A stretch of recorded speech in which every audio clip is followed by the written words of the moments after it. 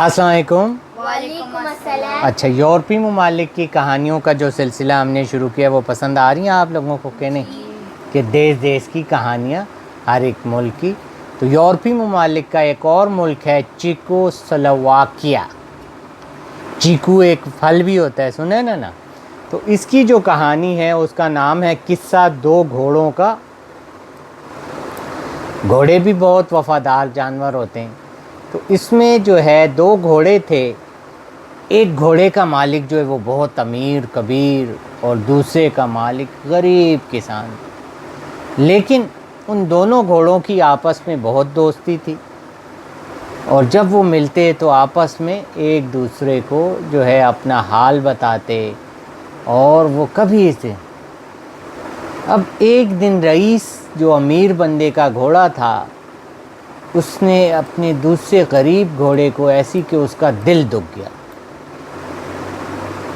اس نے کہا، میں تو ایک رئیس کا گھوڑا ہوں اور میں ایک اعلیٰ نسل کا گھوڑا ہوں، لیکن تم ایک عام قسم کے گھوڑے ہو کہ تم پر جو ہے کسان بوجھ لاتا ہے اور مٹی گارا اور اس طریقے سے سودا سامان لاتا ہے، لیکن مجھے وہ ایک سنہری بگھی کے ساتھ چلاتا ہے اور میرے کھانے کا اور چارے کا بہت خیال ہے۔ اور تمہاری کیا خوراک ہے؟ صرف گھاس پھوس۔ دیکھو میری ٹانگیں کتنی مضبوط اور خوبصورت ہیں، اور میرے کھر یہ جو پاؤں کے نیچے کا کتنی مہارت سے کاٹے ہیں، اور تمہارے کھر دیکھو مٹی میں لتھڑے میں۔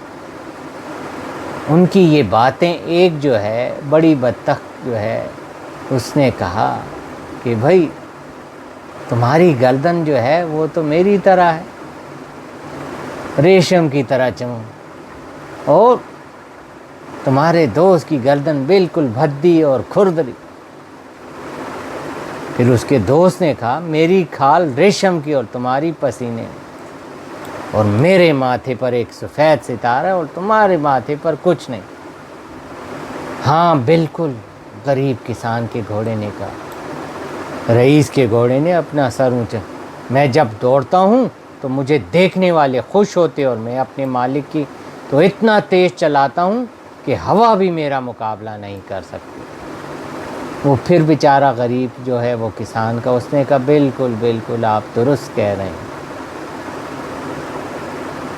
اب جو ہے اس نے کہا کہ اس طرح ہم دونوں کی ایسا ہی مقابلہ ہے جیسے ایک کچھوا ہو اور ایک خرگوش ہو۔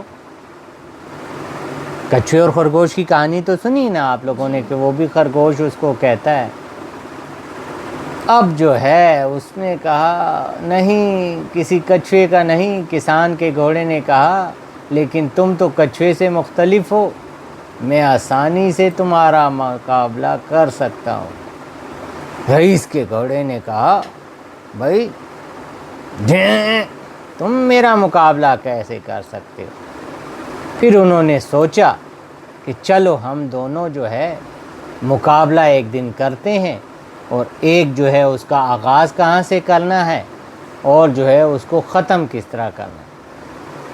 اب جو ہے ریس ان کی جس دن شروع ہی دوڑ، رئیس کا گھوڑا اور ایک ہی جس لگا اور جو ہے اب کسان کا گھوڑا، کیونکہ وہ خوراک بھی اس بیچارے کو کم مل، وہ پیچھے پیچھے اس کے 2 چکر ہو گئے، لیکن جو ہے اس نے اب جو ہے کیا اب تمہارے آرام کا ورنے کا وقت ہے میرے دوست، تم تھک جاؤ گے۔ اس نے کہا نہیں، میں سارے چکر لگاؤں گا۔ چوتھا چکر جو ہے اس کے رئیس کے گھوڑے نے، پھر جو ہے اب اس نے اس کو کہا، تھک گئے ہو آپ، تھوڑی دیر جو ہے تھک کے ہو، آرام کر لو۔ اب جو ہے اس نے کہا، میں تھکنے سے نہیں گھبراتا، میرے پاؤں پر چوٹ لگی ہے۔ رئیس کے گھوڑے نے جھوٹ بولا اور پھر سر پٹ۔ 5ویں چکر میں بھی وہ کسان کے گھوڑے سے آگے، لیکن اس بار جو ہے اس نے دیکھا اور جو وہ تیز تیز دوڑ رہا تھا، اس نے پھر اس کو کا بہانہ کیا کہ نہیں مجھے ذرا ٹوکر لگ گئی تھی اور میرا پاؤں جو ہے وہ زخمی ہو گیا۔ اسی طرح چھٹا 7واں چکر لیکن 8ویں چکر میں کسان کا گھوڑا کیونکہ جب آپ تیز تیز دوڑتے تو آپ جلدی تھک جاتے، تو شروع میں اس کی جو ہے رفتار تیز تھی، لیکن آخر میں جو ہے اس کی رفتار جو ہے وہ کیا ہوئی، سست پڑ گئی۔ پھر جو ہے اب جو ہے وہ سچ مچ جو ہے اس نے دیکھا ان کی 10 چکروں کی ریس تھی۔ کسان کے گھوڑے نے اب جب اس سے پوچھا تو پہلے تو وہ جھوٹ موٹ کہہ رہا تھا کہ نہیں نہیں اس طرح ایسا، لیکن جو ہے 10ویں چکر پہ رئیس کا گھوڑا جو ہے وہ سچ مچ جو ہے وہ لنگڑاتا ہوا ایک سائڈ پر اس نے دیکھی، واہ یہاں پر جو ہے سرسبز گھاس ہے، کیوں نہ میں تھوڑی گھاس چل لوں۔ اور جو ہے اس وقت ابھی تو وہ مجھ سے بہت دور ہے، وہ اسی طرح جب گھاس چلتا رہا اور آگے آگے اسے آگے نکلتا گیا، لیکن جب آپ دوسری سمت میں چلے جاؤ، آپ کی منزل کسی اور سمت میں ہو تو آپ جو ہے اپنی منزل سے دور ہوتے جاؤ گے۔ جب اس نے دیکھا کہ بھئی یہ کیا، یہ تو اندھیرا بھی چھانے لگا اور جو ہے یہ تو مغرب کا وقت ہو گیا ہے۔ اب اس نے کہا اوہو میں تو یہ گھاس کی لالچ میں بہت آگے نکل گیا ہوں۔ اب جو ہے وہ جب پہنچا بہت زور لگا کر، جو انہوں نے کہا تھا کہ بھئی یہاں پر جو ہے دوڑ کا اختتام ہوگا، وہاں جب اس نے دیکھا تو وہ کسان کا گھوڑا پہلے سے موجود۔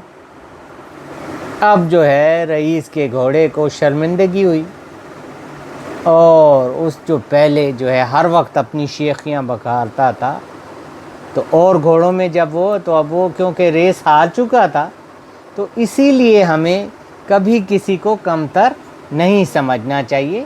اللہ تعالیٰ نے کسی کو کمزور پیدا کیا ہے، کسی کو طاقتور۔ وہ علامہ اقبال کی نظم ہے نا، نہیں نکمی کوئی چیز زمانے میں، یعنی کوئی چیز بھی زمانے میں بیکار نہیں ہے، وہ پہاڑ اور گلہری کی نظم میں۔